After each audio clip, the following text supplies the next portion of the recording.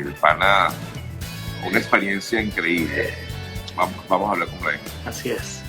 Amigas, amigos, de inmediato vamos a conversar con nuestro colega Vladimir Kissinger en lo que nosotros llamamos el análisis, y hay mucho que analizar, Vladimir. Ayer la gente me preguntaba acerca de mis puntos de vista. Tú sabes que a mí no me gusta mucho opinar, ¿no? Pero a veces uno tiene que hacerlo, porque yo trato siempre de mantener el equilibrio, por lo menos a nivel informativo, trato siempre de ser bien equilibrado e imparcial.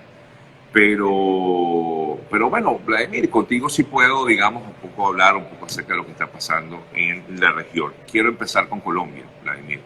Ayer, de verdad, sobre todo anoche, hubo, sin duda alguna, más allá de lo que ha sido esta reforma, hay excesos de parte y parte, porque por supuesto ha habido actos vandálicos, pero también ha habido excesos policiales que a mí, de verdad, me recordaron muchísimo lo que se ha vivido en Venezuela en los últimos, o lo que se vivió en Venezuela en los últimos años, sobre todo en 2017. Me recordó muchísimo esa actuación de la policía, de verdad que deja mucho que desear. A ver, ¿qué piensas tú al respecto de lo que está pasando en Colombia? ¿Y por qué razón, si ya se echó para atrás esta reforma por parte del presidente Duque, por qué continúan estas protestas? Bueno, no es sencillo, Sergio. Hay muchos elementos que pudiéramos destacar. El primero, sé que tú lo has comentado, van 19 personas fallecidas a raíz de las protestas el día de ayer, y hoy en la mañana incluso The New York Times publicó una nota en la que habla de este niño de 9º grado que murió. Estaba junto a su hermano protestando y pues recibió un impacto de bala y falleció también. Son notas dramáticas que nos hacen recordar, por supuesto, lo que ha ocurrido en el pasado reciente en otros países, entre ellos Venezuela.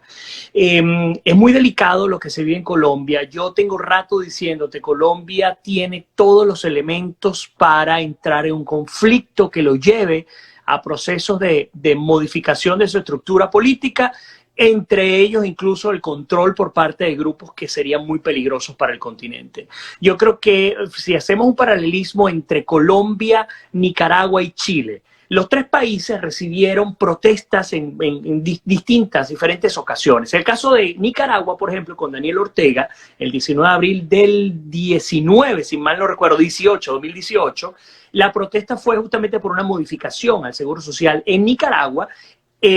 Daniel Ortega, ante las protestas, decidió retirar esta modificación, pero ya la gente estaba en la calle y se fue con todo. Por supuesto, mucho peor fue el régimen de Ortega, que ya lleva más de 500 personas asesinadas en torno a unas protestas que no terminan. Este es el caso de Nicaragua. Ustedes saben, y Sergio lo conoce muy bien, tenemos más de 2 años en esto, me encanta poner en contexto. En el caso de Chile fue distinto. En el caso de Chile también se habla de un estallido social a partir de situaciones concretas por parte de la administración de Piñera, pero Piñera decide no enfrentar a las masas que estaban protestando, que insisto, no lo he dicho, pero siempre lo he pensado, una cosa es no enfrentar al que proteste pacíficamente, que tiene legítimo derecho a salir a protestar, y otra cosa es no hacerle frente a quienes utilizan la violencia para hacer daño. Yo creo que en el caso de Colombia... Disculpa, Vladimir, que recordamos mucho en Chile lo que fueron esos actos vandálicos que inclusive destruyeron el metro, las instalaciones del metro, que costó bastante reconstruir. Excesos total y absolutamente desproporcionados en Chile en ese momento. Y no solamente metro, recordemos, prácticamente la ciudad incendiada. Recuerdo esta catedral, no recuerdo el nombre de la catedral, bellísima en Chile, que quedó hecha a pedazos por los actos vandálicos. Ahora, nos vamos a Colombia. Colombia, a mi modo de ver, es un híbrido entre Nicaragua y Chile. Y me disculpan los colombianos, no estoy hablando peyorativamente. ¿Por qué digo este tema? Bueno, Colombia ha estado acostumbrado como país a la guerrilla, a la violencia, al terrorismo y al enfrentamiento entre los cuerpos policiales y aquellos que rompen la ley. Entonces, obviamente, la respuesta de un militar colombiano no puede ser igual a la respuesta de un militar chileno. Totalmente distinta a la realidad. Ante esa circunstancia, hemos visto los excesos policiales y nos hacen recordar particularmente aquellas épocas entre los 80, 90 y principios del siglo XXI, bueno, los enfrentamientos que había en Colombia y las matanzas incluso. No quiero comparar peras con manzanas, ¿no? Hay una diferencia enorme, pero eso yo creo que de alguna manera está ocurriendo. Ahora, Sergio, hay que destacar algo. En estas protestas, al igual que en el caso de Chile, hay grupos que están pescando en río revuelto, hay grupos violentos. Recuerden que la FARC está activa, que grupos de la izquierda comunista más retrógrada están instalados en Colombia, necesitan ganar a Colombia. Y cuidado, porque si Duque no lo maneja de la manera correcta, pues cuidado, y si el próximo presidente de Colombia sea un individuo que se sume a esto que han denominado el Plan Continental del Foro de Sao Paulo, que uno lo dice y suena ya como fastidioso, ¿no?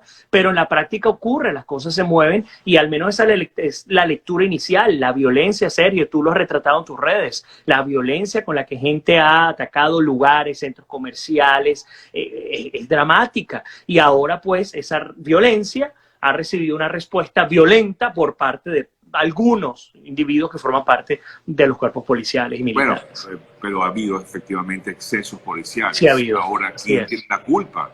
¿La culpa la tiene el gobierno? ¿La culpa la tiene quien protesta? Y no solamente la culpa, ahora ¿qué puede ocurrir? Porque es que esto es como una especie de bola de nieve. O sea, tú lo paras, vas a tener igual otro tipo de conflicto. Tú continúas, vas a tener otro tipo de conflicto. Es decir, ya estás encochinado, como decimos en criollo. Ahora, ¿cómo resolver el tema? Porque lo primero que uno pensaría, bueno, hay que decretar toque de queda. Entonces, cuando tú decretas un estado de emergencia, ya tú estás vulnerando garantías constitucionales. Es decir, no es nada sencillo. Sí, va a ser peor, correcto. Así que hay que seguir monitoreando. Lo que le pedimos a nuestra comunidad venezolana, que sé que tú tienes decenas de miles de seguidores venezolanos que se encuentran en Colombia, manténganse al margen, tengan cuidado, mucho cuidado. Los venezolanos que están en Colombia, 1.8 millones de venezolanos, una buena oportunidad para resguardarse, para tratar de mantenerse al margen, y creo que eso sería un tema de responsabilidad con un país que los ha acogido de la mejor manera, y pues por supuesto evitar problemas, porque lo más mínimo que puede ocurrir allí en que aparezcan venezolanos, pues vamos a seguir crispando la situación, y por supuesto las consecuencias van a ser mayores. Así que ustedes muy atentos, y por supuesto tener conciencia ciudadana. Que manejan las autoridades colombianas indican que hay 15 detenidos extranjeros, 15 extranjeros detenidos, de los 15, 14 son venezolanos. Claro, y es que es de esperarse, porque es que con 2.200 kilómetros de frontera y teniendo a Maduro del otro lado del río, obviamente la tentación es muy alta de mandar gente que pueda alborotar el avispero, y es lo que ocurre, igual con las FARC. ¿Tú crees que realmente sea participación también activa de este tipo de...? Sergio, por supuesto. Mira, Estados Unidos, yo siempre pongo este ejemplo. El gran fracaso de la Bahía de Cochinos, que fue del intento de invasión en Cuba. El gran fracaso fue que el régimen cubano mandó a infiltrados del G2 cubano, que suena también a cuento de hadas, lo mandó acá a Estados Unidos, a Miami, donde estás en este momento, los infiltró con los grupos de resistencia y pues destruyó desde adentro. Por supuesto, esto es una política, esto es algo que ha ocurrido en todos los regímenes, y no me extrañaría que grupos que están pagados por parte de Maduro estén allí haciendo bastante bulla y haciendo bastante daño. Como tal vez entonces ocurrió en Venezuela. Allí estos grupos de resistencia fueron infiltrados. Sabes que me vino a la mente inmediatamente lo ocurrido en Venezuela año 2017 sobre todo. Te lo pongo así, en el 2015, y siempre lo digo, cuando la Asamblea Nacional la gana la oposición en Venezuela, Maduro a finales de diciembre, enero 2016, apareció un programa de Venezolana de Televisión diciendo que ante una crisis contrarrevolucionaria por haber perdido la Asamblea Legislativa, había que crear una crisis revolucionaria. No me queda la menor duda que los hechos de violencia ocurridos desde el 17 hasta el 2019 en Venezuela fueron impulsados y fueron parte de la política de Maduro. Esa es mi lectura, ojo, es mi lectura, no es la lectura de este programa, es básicamente la mía.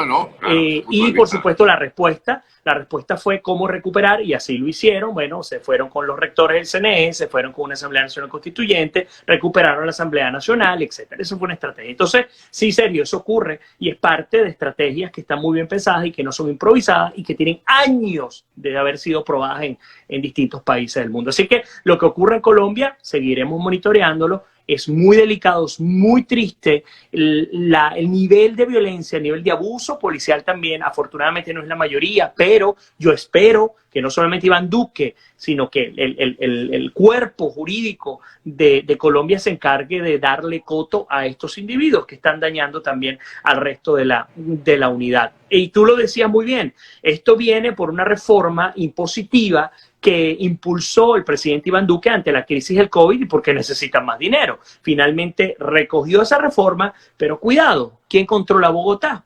Entonces uno comienza a ver cómo el juego de los partidos políticos y de los grupos de poder comienzan a entrar acá y aquí tenemos las consecuencias. Eso pasa en todos los países, incluyendo Estados Unidos. Sí, sí.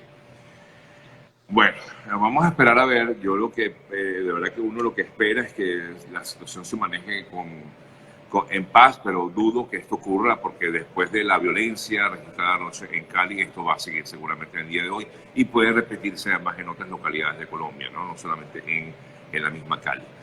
Vladimir, quiero conversar contigo acerca de otro tema que también candente ahorita, que ha sido lo que ha ocurrido en El Salvador.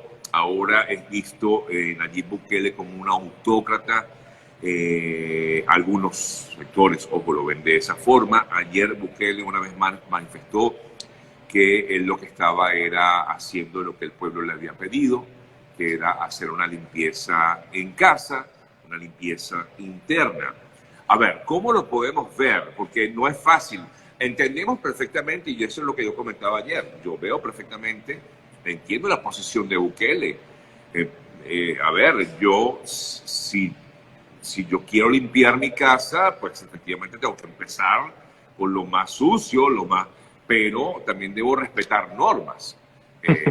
Y aquí el punto. Entonces aseguran que efectivamente la Asamblea destituyó a estos representantes, magistrados, a los magistrados, así es, de la Corte Suprema, al fiscal, pero que al parecer no se siguieron los mecanismos legales para ello. Por eso ha sido criticado a nivel internacional. A ver, quiero escucharte. Yo no entiendo el punto de Bukele. Yo no estoy, pero ni 1% de acuerdo con ese señor. Y que conste que cuando Bukele ha ¿consideras que Bukele es un golpista? Totalmente. Total y rotundamente. Y vamos a hablar de eso. Y quiero insistir en esto. Cuando Bukele ha hecho cosas interesantes y positivas desde esta plataforma, hemos hablado de ellas y las hemos aplaudido. Pero los periodistas tenemos la obligación de ponernos del otro lado de la acera cuando corresponda. Limpiar la casa. ¿Qué significa limpiar la casa? Que el mandato del pueblo. ¿Qué significa el mandato del pueblo? Hay que tener mucho cuidado. ¿Qué ocurrió? Vamos a hablar en contexto. No es la primera vez que Bukele utiliza la fuerza, sea legal, claro que jurídica, claro que o sea, por la vía de la... O sea, disculpa, ojo, no, ya va. Yo también estoy a favor de la institucionalidad, total y absolutamente. Pero, a ver, Bukele está intentando, como bien decía él, eso, limpiar la casa, tratando de poner orden.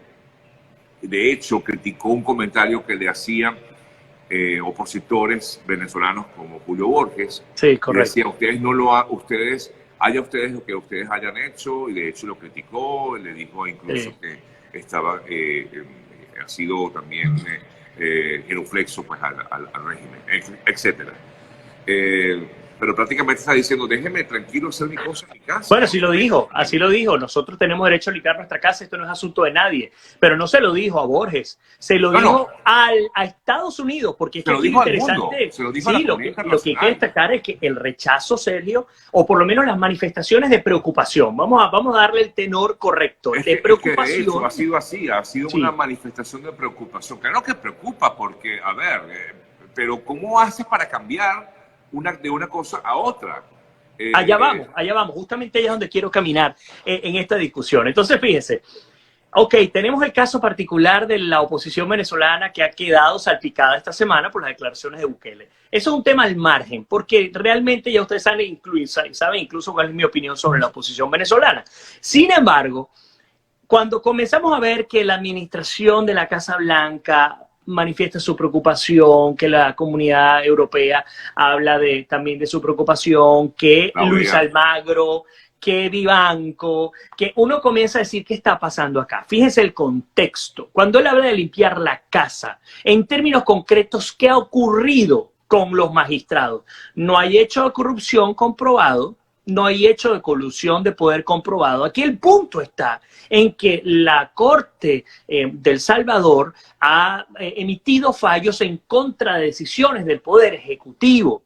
Y eso para Bukele es inaceptable. Recordemos que el año pasado Bukele, también teniendo el Congreso en contra, se fue con el cuerpo policial y se apareció allá para trancar el Congreso. Y ustedes dirán, bueno, es que un tipo rebelde, qué interesante. No, qué interesante no, hay que tener mucho cuidado porque los abusos de poder comienzan a crecer y lo conocemos muy bien. Al principio uno pudiera decir, oye, en casos como el de Chávez, ¿no? También es un episodio muy similar a lo que hemos visto claro. nosotros, pero digamos con otra ideología. Claro, pero ¿y cuánta gente justificó, sabes? Y buenos amigos justificaron al principio de Chávez con decisiones y miren dónde caímos. Entonces, en este caso, ¿qué ha ocurrido? Bueno, Bukele, primero hay que entender que acaba de tomar posesión del Congreso del Salvador el partido Nuevas Ideas, que es el partido de Bukele. La mayoría está controlado por el partido del Poder Ejecutivo, el presidente Nayib Bukele. Ante esa realidad, estoy hablando que el 29 de abril, hace 2 días, se está hablando de la preocupación de lo que podría pasar y el día de ayer, pues finalmente ya todo el mundo comenzó a hablar de lo que significó la destitución, número 1, de todos los magistrados de la Corte Suprema y del fiscal general. Y uno dice, bueno, ¿por qué destituyeron al fiscal general? Yo les voy a contar por qué. El fiscal general previo del Salvador estaba relacionado con el partido Arena, que es el partido del anterior presidente del Salvador, y pues por lo tanto, imagínense ustedes, por estar relacionado con el partido anterior, Bukele y su partido consideró que él no iba a tener una independencia suficiente como para poder tomar decisiones. Esto es un principio que no hace sentido. Y voy a ir al caso de Estados Unidos. En Estados Unidos, el propio Trump, a quien apoyamos durante muchísimo tiempo, él comenzó a emitir órdenes y esas órdenes comenzaron a ser detenidas o paradas por parte del sistema de justicia de Estados Unidos. Aquí no hubo ningún tipo de represalia, al menos de manera tan drástica como lo ocurrió con el caso de Bukele. Segundo, ¿cuál es la preocupación? Separación de poderes. Tercero, ¿cuál es la preocupación? Hay una especie de liderazgo de tinte autocrático de Bukele desde que comenzó el poder, y lo que a mí particularmente me preocupa es que él justifique, como lo hacen otros que han sido autócratas, justifique que es que el pueblo le ha pedido, el pueblo le ha ordenado, la voz del pueblo es la voz de Dios, y la voz de Dios es la voz del presidente, y uno comienza a hacer una semiosis ilimitada hasta que te das cuenta que perdiste el país. Yo espero que esto no ocurra en El Salvador. ¿Por qué? Porque es que El Salvador viene de procesos de gobiernos de izquierda también, y son gobiernos que han llevado a la profunda pobreza al Salvador. Llega Bukele, que fue una esperanza para muchos, y les cuento algo, con la decisión de Bukele, la bolsa del Salvador se desplomó 7 puntos porcentuales. La deuda, si El Salvador, que acaba de salir a pedir dinero prestado al extranjero, si El Salvador pide dinero y lo recibe, en vez de pagar 4, 5, 6% de interés, que es lo que sería por el riesgo país, ahora se monta inmediatamente en al menos 12 puntos porcentuales. Entonces, todo tiene consecuencia, y todo, incluyendo lo económico, lo social, lo cultural, todo emana por un inicio político, y es lo que está ocurriendo ahorita en El Salvador. Así que es muy preocupante también lo que está pasando con Nayib Bukele. Ahora, pero pareciera que no va a desistir de esta, sobre todo porque cuenta con ese respaldo que esperaba, que no lo tenía, ahora lo tiene, del Poder Legislativo. No va a desistir, obviamente no lo va a hacer. ¿Por qué? Porque, bueno, él es muy particular. Yo siempre lo comparo con otros líderes, entre ellos el propio Trump, que antes, digamos, sobre todo al principio era muy drástico, ¿no? Pero el caso de Bukele, pues definitivamente, teniendo el control que tiene, no tiene ninguna necesidad de desistir, a menos que su principal socio comercial, que es Estados Unidos, trate de darle la vuelta desde el punto de vista económico. Yo no creo que lo haga. Yo creo que el punto va a ser, ya esta decisión ha sido tomada, ya no se va a revertir esta decisión, pero hey, Bukele, está bien, va a tener que haber cambio de magistrados y de fiscal general, pero hasta allí. Yo no sé hasta dónde se pueda controlar. Me preocupa que la cosa se siga incrementando y que el riesgo país aumente, y que en El Salvador pues se instale una especie de dictadura de derecha, que son tan malas como las de izquierda. Así que hay que tener muchísimo cuidado. Yo no creo que llegue a ser una dictadura como tal. Ojo, pienso yo, ¿no? Sí, sí. No creo que haya ser una dictadura como tal, pero sí hay, a ver, es que yo me pongo un poco a visualizar lo que pudiera pasar en Venezuela. Es inevitable que yo no pueda comparar esto con Venezuela, lo que pasa en El Salvador. ¿Qué ocurriría, Vladimir? Te pregunto, para analizarlo, para comentarlo. ¿Qué ocurriría si hay un cambio político en Venezuela? A ver, lo que tanto se ha exigido, un cambio o sea, se da un cambio en lo político en la parte, en el Ejecutivo Nacional, pero tiene que haber cambios también en el resto de los partidos. Perdón, en el resto de los poderes. Hablo del poder, como el poder electoral, del poder, por supuesto, legislativo. Sí, los 5 y poderes. sobre todo el poder ciudadano, pues lo que son las instituciones. Tiene que haber un cambio. Si no hay ese cambio, pues vamos a seguir en lo mismo. ¿Qué es lo que creo que plantea Bukele? Es lo que él dice prácticamente. Mira, yo no quiero seguir con el mismo fiscal, no quiero seguir con la misma corte porque es lo mismo de siempre, vamos a caer en lo mismo. Ojo, estoy tratando de ser lo más, Yo entiendo. lo más imparcial Está jugando posible. al abogado del diablo, No es como se dice. Sí, Y no eso es fácil. válido. Eso es válido, Sergio, pero si es así, y tú, es como cuando yo hablo cuando hablo con alguien que le gusta pelear mucho, yo digo, mira, si tú crees que tienes la razón, pues tú no tienes que alzar la voz, tú no tienes que perder el control. Es igual a lo que pasa con Bukele y con su partido. Si tú tienes la razón, pues vete por los mecanismos legales. Permite el debido proceso, permite que se pueda hacer un juicio no, en todo caso un juicio político para determinar, bueno, si debe o no continuar X o Y funcionario. Es decir, hay mecanismos que no se cumplieron, se fueron se fueron de bruces y pues sencillamente se tomó esta decisión y se acabó. Si no hay justificación por hechos que estén violando constitucionalmente el ejercicio democrático del país, entonces pues no hay justificación por un tema de gusto o de orientación política para que una persona salga. Yo creo que lo más sano ahora te es lo voy a que poner de esta forma. Okay. Te lo voy a poner de esta forma. Vamos a supongamos, hay un cambio político en Venezuela de la noche a la mañana. Supongamos. Y se monta en el poder, no voy a decir Guaidó, pero se monta alguien de la oposición. Okay. Diferente. María Corina se monta en el poder. Pero María Corina tiene que seguir gobernando, o va a gobernar, con un Tarek William Saab en el Ministerio Público, y tiene que gobernar con un Tribunal Supremo Judicial, sí. Moreno. Sí. Ajá. ¿Tú visualizas eso? Sí, lo que visualizo es que María Corina inmediatamente va a destituir, porque legalmente lo puede hacer según la Constitución venezolana, al fiscal general, y ella va ya la veo, montando una reforma o una nueva constitución que permita que se reformen y que se renueven todos los poderes del Estado. Tiene que hacerlo, pero yo estoy seguro que lo haría por vía legal. Además, tenemos la experiencia de no hacerlo. Aquí lo que se critica es la forma en que... Es la forma, correcto. Bukele no lo hizo de esa manera. Correcto. Pero se está basando, en todo caso, en el poder que tiene la Asamblea. Sí, pero ahí vamos otra vez a los relativismos. Chávez se basó en el poder que tenía legal y al principio uno relativizaba todo. No, bueno, aquí hay que entender que la ley tal y la ley cual, pero no era completamente legal, no era completamente transparente Chávez y fue increyendo hasta que vimos la destrucción total del país. Eso puede pasar. Ese es el peligro, insisto. No es que él no quiera, él como presidente puede tener el derecho de querer reformar toda la institucionalidad del país. Eso es parte de sus funciones, pero hay mecanismos que van más allá de la propia persona del presidente que tienen que cumplirse. Entonces, yo insisto, María Corina, y además conociéndola, estoy completamente seguro que ella buscaría los mecanismos legales para hacerlo. Vamos a convivir con estos miembros del chavismo. Por supuesto que no podemos. Obviamente no podemos. Esta gente tiene que salir, porque además venimos de un proceso muy desgraciado en términos de muertes, de pérdidas, de tantas cosas que han ocurrido en Venezuela, y ellos forman parte de lo que digamos, de aquellos que lo justificaron o que lo llevaron a cabo. Pero, volviendo al tema de El Salvador, insisto el punto en entender ¿Qué es lo que pudiera querer? Lo que definitivamente, y esto ha sido criticado por todos los medios independientes del mundo, ha sido criticado el que con una justificación no jurídica, escuchen la palabra, no jurídica, es que el pueblo me pidió que no, ya va, espérate, ¿el pueblo what?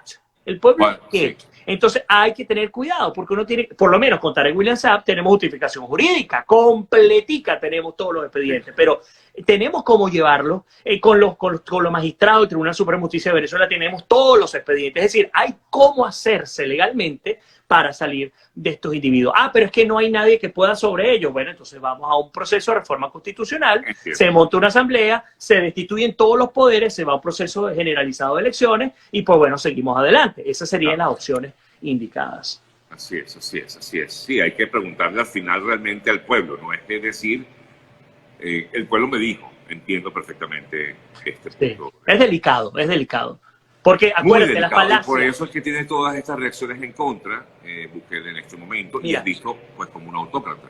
El gobierno de la falacia, escuchen bien esto, rápido porque sé que no nos queda tiempo. La falacia es una media verdad. Se pinta una gran mentira con justificaciones que pudieran parecer lógicas y comprensibles. Cuando un mandatario utiliza la falacia como vía de gobernar, termina destruyendo la institucionalidad. Y tenemos el ejemplo en casa, ustedes saben, completamente. Utilizaron la falacia de las diferencias de clase, de las injusticias sociales. Aquí estamos con las consecuencias de esa falacia, así que hay que tener mucho cuidado. Sí, hay que estar muy, pero muy pendiente, porque no queremos que este tipo de cosas ocurran en toda Latinoamérica. Lo hemos visto en carne propia, lo hemos vivido en carne propia. Y las consecuencias de todo esto. Bueno, gracias, Vladimir. Un fuerte abrazo. Nos vemos Otro para el próximo ti. martes. Feliz día. Súper interesante la conversa del día de hoy. Gracias. Un abrazo, que Dios me los bendiga. Amén. Hacemos una pausa y al regreso ya despedimos nuestro programa.